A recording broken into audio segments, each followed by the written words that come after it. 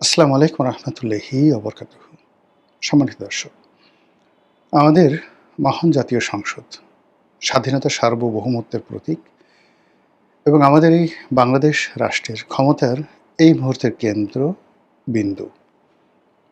যেহেতু parliamentary form of government আমাদের দেশে প্রচলিত, সেই কারণে এখন এই মেম্বার অফ পার্লামেন্ট বা এই পার্লামেন্টের যে হাউস, এখানে যারা যান প্রায় সবার সঙ্গেই আমাদের রাষ্ট্রের যে মায়া, মমত্ব, প্রেম, ভালোবাসা, আবেগ, অনুভূতি, মানে এটা এমন একটা পর্যায়ে কেবলই মাত্র আপনার মধ্যে যদি দেশপ্রেম থাকে, তাহলে আপনি বুঝতে পারবেন যে এই পার্লামেন্ট ভবন আপনার কাছে কেমন লাগে। আমাদের এই পার্লামেন্ট ভবনের সামনে যখন আমাদের জাতীয় পতাকা পথ পথ করে উড়তে থাকে, আমাদের এমপিরা যখন এখানে বিতর্ক করেন, এখানে ঢুকেন, এখান থেকে যখন কোনো আইন প্রণয়ন হয় এবং সেই আইন যখন সারা বাংলাদেশে বাস্তবায়িত হয়, এর সঙ্গে একটা হৃদয়ঙ্গম সব মিলিয়ে যে বাঙালির ইতিহাস, ঐতিহ্য সব কিছু এখানে এসে এমনভাবে মিলিত হয়েছে, যার সঙ্গে আপনি যদি একটা মানুষের যে মাতৃগর্ভ, মানুষ জন্মগ্রহণ করে, তো মাতৃগর্ভ যেভাবে তার কাছে পবিত্র, তেমনি বাঙালির ইতিহাস, ঐতিহ্য, গণতন্ত্র, স্বাধীনতা, মুক্তিযুদ্ধ সব কিছু এসে এই ভবনটিতে একীভূত হয়েছে। তো সেই ভবন গত ২ বছর ধরে নানাভাবে লাঞ্ছিত হচ্ছে, অপমানিত হচ্ছে। জুলাই আগস্ট বিপ্লবের পর বিপ্লবীরা এই ভবনে ঢুকে পড়লেন। তারা এখানে ঢুকে মানে ঠিক শ্রীলঙ্কার কায়দায়, শ্রীলঙ্কার পার্লামেন্টে এরকম হয়েছিল কিনা আমি বলতে পারবো না, সেখানে শ্রীলঙ্কার প্রেসিডেন্টের বাসভবনে বিপ্লবীরা ঢুকে পড়েছিল। আবার আমাদের যে পার্লামেন্টের যে পবিত্রতা, যেটার সঙ্গে ব্রিটিশ পার্লামেন্টের তুলনা করা যেতে পারে, তো সেই ব্রিটিশ পার্লামেন্টে কখনো কোনো বিপ্লবীরা গত ৮০০ বছরে ঢুকেছে, এমপিদের চেয়ারে বসে পায়ের উপর পা তুলে মাইক ঠাইক সব ছিঁড়ে নিয়ে গেছে, এরকম দৃশ্য আমার জানা নেই। কিন্তু গত ২ বছর আমাদের এই পার্লামেন্টটিকে নিয়ে ঠিক ওইরকম কিছু একটা হয়েছে।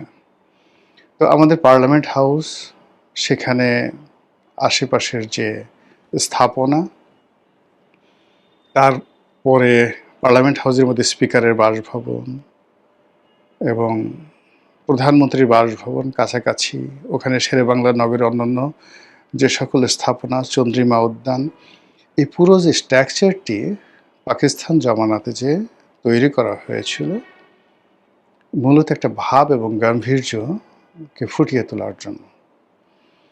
এবং এখনো পর্যন্ত আমি বিশ্বের অনেক দেশের পার্লামেন্ট দেখেছি, বাস্তবে দেখেছি এবং যাকে বলা হয় ছবিতে দেখেছি।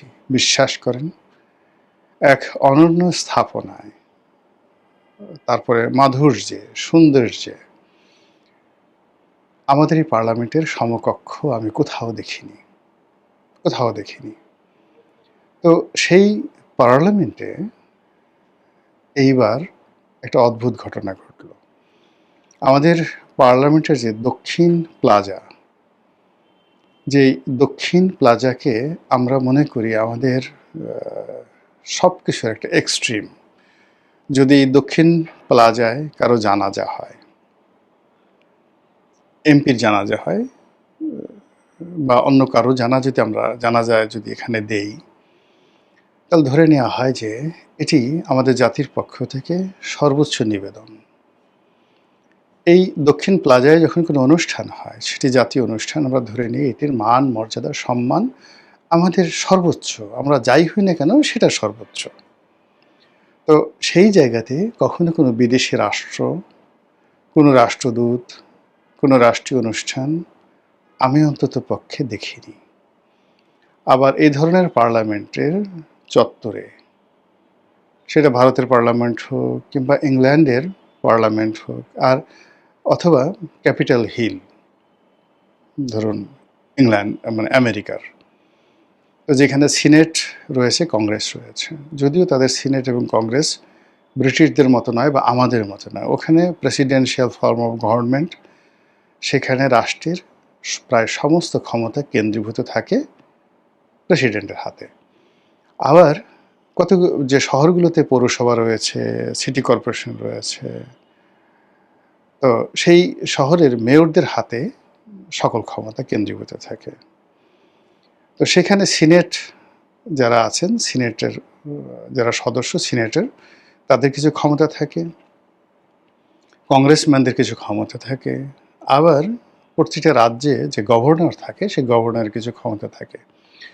ফলে আমাদের পার্লামেন্টের ক্ষমতা যদি ধরেন 100-তে 100, সেখানে মার্কিন কংগ্রেস তাদের ক্ষমতা আছে অনলি 20, এই কারণে তাদের ক্ষমতাটা প্রেসিডেন্ট, তারপরে তাদের জুডিশিয়ারি, তাদের গভর্নর, তাদের স্থানীয় সরকার মানে মেয়র, তারপরে সিনেট, এই 5টি জায়গাতে সমান ভাগে ভাগ হয়ে আমাদের এমপিরা, আমাদের স্পিকার, আমাদের প্রধানমন্ত্রী, আমাদের এই টোটালটা অনেকটা ব্রিটিশ ধাঁচের মতো। এখানকার পার্লামেন্ট একটা নারীকে পুরুষ বানানো, পুরুষকে নারী বানানো ছাড়া সব ক্ষমতা তারা প্রয়োগ করতে পারে।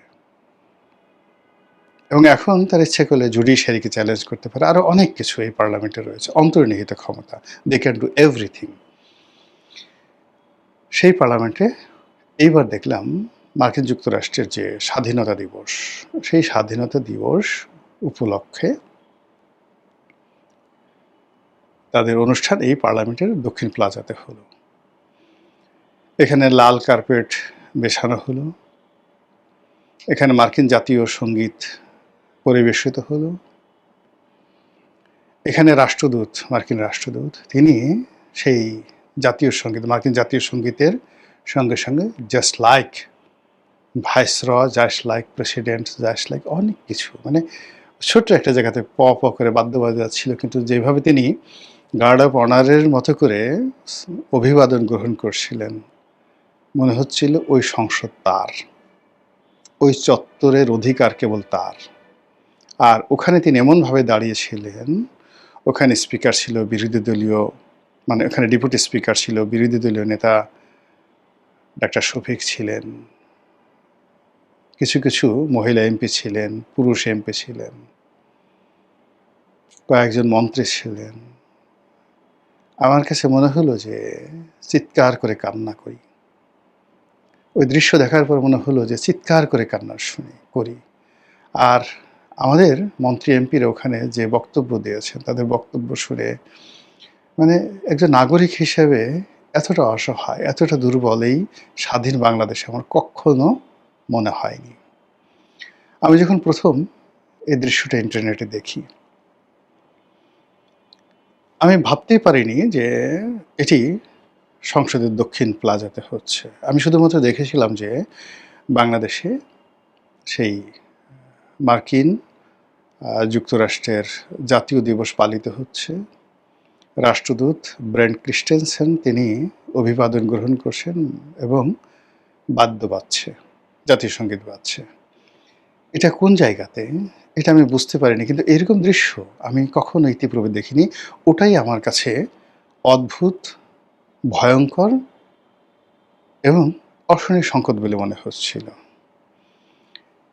একটু পরে যখন আমি দেখতে পেলাম যে এই ঘটনাটা ঘটেছে আমাদের জাতীয় সংসদে, এবং এই ছবিগুলো যখন এলো, তখন আমার যে অনুভূতি, সে অনুভূতি যে এরকম একটা দৃশ্য যদি ধরেন পাকিস্তানের হতো, মানে পাকিস্তানের পার্লামেন্টে হতো, অথবা পাকিস্তানের রাষ্ট্রদূত যদি বাংলাদেশের পার্লামেন্টে হতো, করতেন, এরকম একটা দৃশ্য যদি ভারতের রাষ্ট্রদূত এখানে করতেন, অথবা ভারতের যে পার্লামেন্ট হাউস সেখানে মার্কিন যুক্তরাষ্ট্র করতো বা বাংলাদেশ করতো, এরকম ঘটনা অহরহ দেখলে খারাপ লাগতো না।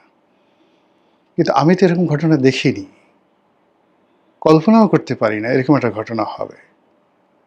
আমেরিকার যে ক্যাপিটাল হিল বা ধরুন হোয়াইট হাউসে, সেখানে গিয়ে এইভাবে বাংলাদেশের রাষ্ট্রদূত এরকম অনুষ্ঠান করবেন, আর ওখানকার মন্ত্রী এমপিরা গিয়ে সেখানে বাংলাদেশের পক্ষে কথা বলবে। একবার একটু কল্পনা করেন তো, এই কথা আমেরিকাতে গিয়ে আপনি যদি বলার চেষ্টা করেন কোনো অফিসারকে বা কোনো কাউকে, আপনার 32টা দাঁত চড়াই আপনার দাঁত খুলে ফেলবে, আপনার কান মলে দেবে। আচ্ছা মতো তোর এত বড় সাহস হলো কি করে? আপনি একটু চীনে গিয়ে এই কথাটা বলে আসেন তো, যে ঠিক আছে চীনের সঙ্গে আমার খুব ভালো বন্ধুত্ব, মালয়েশিয়ার সঙ্গে বলে আসেন যে তোমাদের পার্লামেন্ট হাউসের সামনে এই দেখো আমরা যেভাবে আমাদের পার্লামেন্ট ভবনের সামনে আমেরিকার পতাকা উড়াতে দিয়েছি এবং আমেরিকার রাষ্ট্রদূতকে সেখানে লাল গালিচা বিছিয়ে অনুষ্ঠান করতে দিয়েছি, আগামী 26শে মার্চ বা 16ই ডিসেম্বর আমরা মালয়েশিয়ার এই পার্লামেন্ট হাউসে মানে আমি এই অনুষ্ঠানটা করব, এটা বলে দেখেন তো। কিংবা একটু চীনে এত খাতির করে আসলে চীনে একটু বলে দেখেন তো, এই যে যারা এই অনুষ্ঠানটার অনুমতি দিয়েছেন বা যা অনুষ্ঠানে অংশগ্রহণ করেছেন তাদেরকে অনুরোধ করবো একটু বলে দেখেন শুধু কথাটা, তারপর একটা সংবাদ সম্মেলন করেন, কান ধরে উঠা বসা করবো সবার সামনে। এই যে বাংলাদেশে যে অনেকগুলো ঘটনা ঘটছে, মানে আগে তো কথা হতো সেন্ট মার্টিন নিয়ে, যে সেন্ট মার্টিন নিয়ে যাবে, নিয়ে গেছে, চাচ্ছে। এখন তো দেখি আমাদের নজর পড়ছে পার্লামেন্টের উপরে। এ কোথায় যাই? দুদিন পর আমার মা থাকবে কোথায়, আমার বোন থাকবে কোথায়, আমার স্ত্রী সন্তানরা কোথায় থাকবে, আমার ব্যাংক বিমা কোথায় থাকবে, আমার বাংলাদেশ ব্যাংকের রিজার্ভ কোথায় থাকবে, আমার বিচারালয় সুপ্রিম কোর্ট কোথায় থাকবে, আমার প্রধান বিচারপতি তার এজলাসে কি ঠিকমতো বসতে পারবেন? একই অবস্থা। কারা এই কাজ করলো? আমি তো মানে আমি যে কথা বলবো, আমি এটা আসলে গুছিয়ে কথা বলতে পারছি না। নর্মালি আপনারা জানেন যে আমার ধৈর্যচ্যুতি ঘটে না ইন জেনারেল, এবং যখন অনেক সিরিয়াস কোনো কথাবার্তা বলি তখন সেই কথাগুলো, সিরিয়াস কথাগুলোর মধ্যেও আমি স্যাটায়ার দিতে পারি। কিন্তু এই ঘটনাটা আমি যে বর্ণনা করছি, বিশ্বাস করেন আমার হৃদয়ের মধ্যে রীতিমতো ধক ধক করছে। আমার চোখের সামনে যখন এই যে আপনাদের সাথে কথা বলছি, আমার দুটো চোখের মধ্যে যন্ত্রণা হচ্ছে, ওই দৃশ্যগুলো আমি বারবার শুধু কল্পনা করছি। আর ওখানে যে সকল কথাবার্তা হয়েছে, যে মুখগুলো দেখেছি, সেই মুখগুলো স্মরণ করলে আমার মধ্যে কী ধরনের একটা অনুভূতি হচ্ছে। এটা কেন আমরা যাদেরকে ভোট দিয়েছি, বা ভোট না দিলেও যারা বলছে যে আমরা তাদেরকে ভোট দিয়েছি, যারা রাষ্ট্র চালাচ্ছে, তাদের এই সুমতি কেন এলো না? কেন তাদের মনের মধ্যে এই ধরনের কোনো চিন্তা এলো না? এই ধরনের অনুমতি কেন, কিভাবে দিল, এবং এই ধরনের ঘটনা কোন প্রেক্ষাপটে এলো? কারা এই ঘটনাগুলো ঘটলো? আমাদের এত জুলাই বিপ্লবী, এত মুক্তিযোদ্ধা, আমাদের দেশের এত দেশপ্রেমিক, এত আওয়ামী লীগ, এত বিএনপি, এত জামাত, যারা এই দেশের জন্য বুক ফাটিয়ে ফেলে, কেউ এটা টু শব্দ করছে না, কেউ একটা টু শব্দ করছে না। কেন এরকম হলো? এটা কি ধরনের লক্ষণ? এ কিসের প্রতিধ্বনি? এ কিসের আওয়াজ? এ কিসের দৃশ্য? এ কিসের চিত্রপট?